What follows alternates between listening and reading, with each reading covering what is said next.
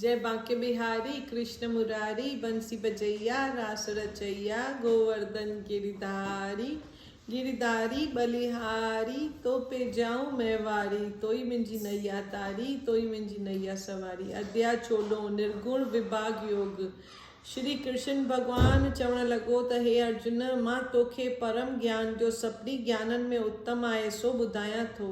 जंहिं ज्ञान जे ॼाणण करे मुंहिंजा भगत रिखेश्वर मुनीश्वर साध साधक मुंहिंजे परमानंद अविनाशी पद खे पाइनि था।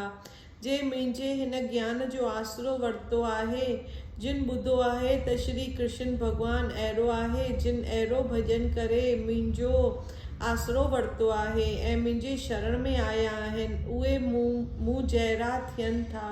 इहे मुंहिंजा भगत संसार जे प्रलय सां प्रलय नथा थियनि, संसार जी उत्पत्ति सां उत्पत्ति नथा थियनि। जीअं मां आहियां तीअं मुंहिंजा भगत बि आहिनि। हे अर्जुन, इहा मुंहिंजे भक्तनि जी महिमा ऐं फल आहे। हे अर्जुन, हाणे इहो ज्ञान ॿुध। मुंहिंजो नालो महद आहे, इन जो अर्थ ॿुध। जॾहिं संसार जी प्रलय थींदी आहे तॾहिं संसार खे पंहिंजे पेट में रखंदो आहियां। जॾहिं संसार जी उत्पन्न थींदी आहे तॾहिं उनखे पंहिंजे पेट खां ॿाहिरि कढंदो आहियां। इन करे मुंहिंजो नालो महद ब्रह्म आहे। महद चइजे वॾे खे। हे अर्जुन, बीज जे ॾियण वारो पिता मां आहियां। राजस्वी तामसी सात्विकी इहे टई गुण मुंहिंजी माया मां पैदा थिया आहिनि। ही जो अविनाशी जीव देह में आहे, इहो माया ऐं टिन गुणनि सां ॿधो पियो आहे। इन जो विस्तार ॿुध। अवल सतो गुण ॿुध। ही निष्पाप सतो गुण निर्मल हुअण सबबि प्रकाशित ऐं शांति वारो आहे। ही देह खे सुख ऐं ज्ञान जो संबंध थो कराए। हाणे रजोगुण ॿुध। हे कोन्ते, रजोगुण कामना रूपी हुअण करे तृष्णा ऐं संग जो मूल आहे। इहो देह खे कर्म जे ॼार में फसाए थो। हाणे तमो गुण ॿुध। तमो गुण जेको आहे तंहिंखे तूं असुल अज्ञानी सम्झ। परमेश्वर जो विसरण, आलस थियण, निंड घणी अचण, मोह में फासण, इन रीत जीव तमे गुण में ॿधल आहे।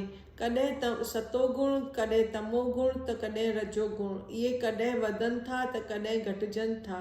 जॾहिं सभिनी जी देह द्वारनि में प्रकाश आहे, अखियुनि में नासिका ऐं जॾहिं प्राण चङीअ रीति हलनि, कननि में शब्द चङीअ रीति पहुचे, देह बीमार न हुजे, हेठियां ॿई द्वार बि साफ़ हुजनि, जिन में परमेश्वर जी यादगिरी हुजे, जॾहिं अहिड़ा लक्षण हुजनि तॾहिं ॼाण त मूं में सतो गुण आहे। जॾहिं रजो गुण ईंदो आहे तॾहिं माया जो लोभ पैदा थींदो आहे। लालच करे वञी माया जो कमु कंदो आहे। कॾहिं बि कम ऐं कामना खां सवाइ वांदो न विहंदो आहे। तॾहिं ॼाण त मूं में रजो गुण आहे।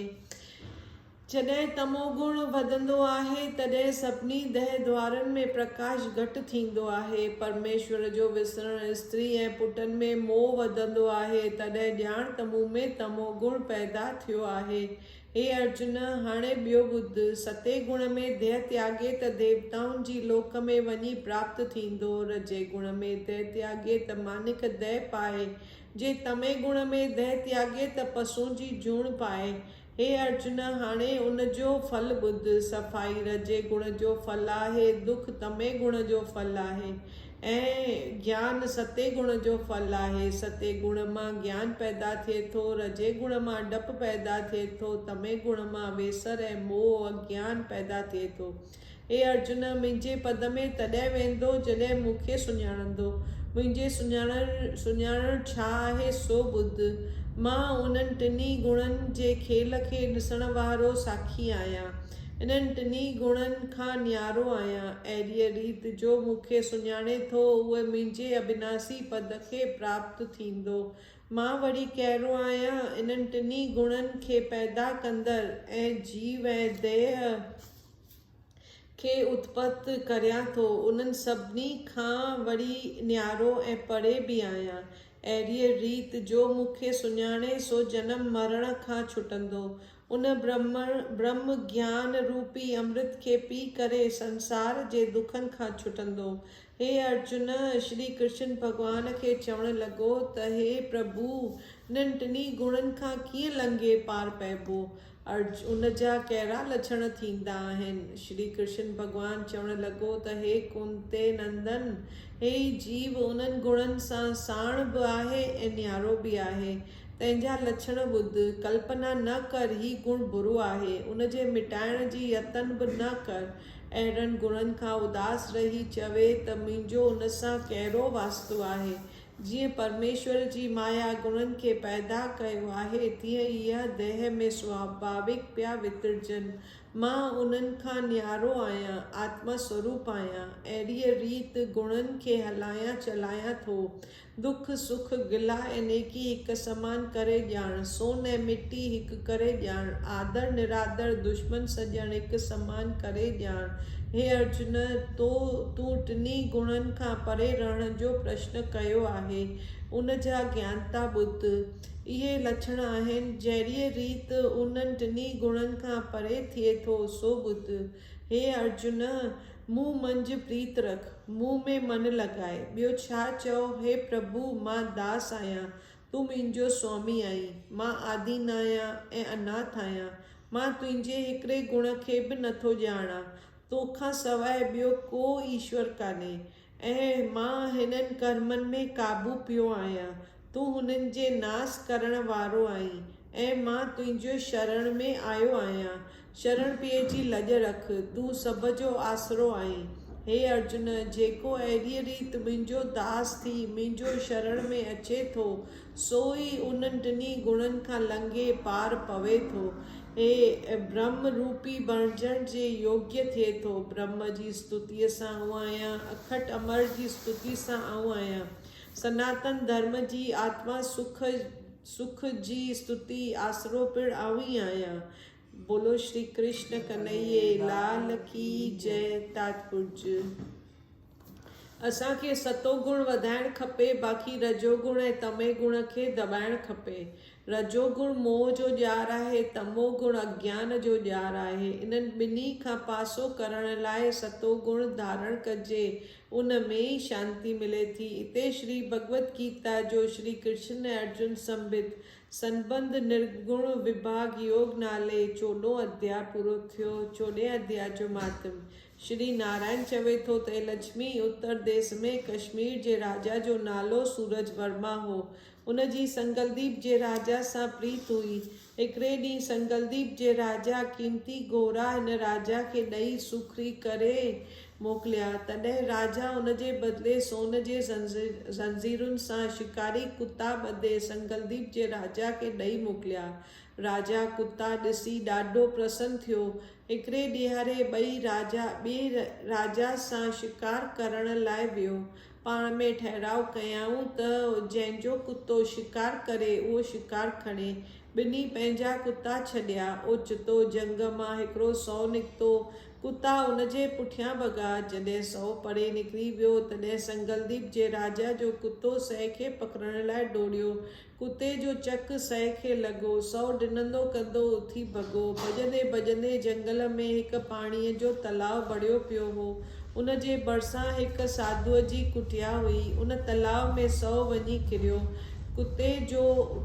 कुतो बि उन जे मथां वञी किरियो। एतिरे में राजा बि घोड़ो वॼाईंदो उते अची पहुतो। ॾिसे त ॿई मुआ पिया आहिनि ऐं देवताउनि जी दह पाए वैकुंठ ॾे पिया वञनि। राजा खे चवण लॻा त हे राजा, तूं धन्य आहीं, तुंहिंजे ई प्रताप करे असां देव पाती आहे। राजा पुछण लॻो त इहो कीअं? उन्हनि ॿिन्ही चयो त असांखे इहा ख़बर नथी पवे त हिन पाणीअ जे छुअण करे असांजी कीअं हीअ दह पाती आहे। पोइ राजा चयो, मुंहिंजा भाग आहिनि जो तव्हांजो उद्धार थियो। पोइ हू ॿई वैकुंठ रवाना थिया। पोइ राजा कुटिया में उन साधुअ वटि वियो। प्रणाम करे पुछण लॻो त महाराज, सह ऐं कुते जो कीअं उद्धार थियो? साधु चयो त हे राजा, ही जो तलाव जो पाणी आहे उन में मुंहिंजो गुरु सनानु करे गीता जे 14 अध्याय जो पाठ कंदो हो। मां बि सनानु करे गीता जो पाठ कंदो आहियां। इन करे हिन तलाव जे पाणीअ खे वर मिलियल आहे। पोइ राजा चवण लॻो त संत धन आहिनि जिन जे प्रताप करे अहिड़ियुनि जूणियुनि जो बि उद्धार थिए थो। हे महाराज मूंखे हिन जे अॻे जन्म जी कथा ॿुधायो त ही केरु हुआ। साधु चयो त सौ ऐं कुतो ॿई अॻे जन्म में ब्राह्मण हुआ। सौ पंहिंजे धर्म खां भ्रष्ट थी पियो ऐं कुते पंहिंजे स्त्रीअ खे ॾाढो हलाक कयो, जंहिं स्त्री उनखे ज़हर ॾेई मारे छॾियो।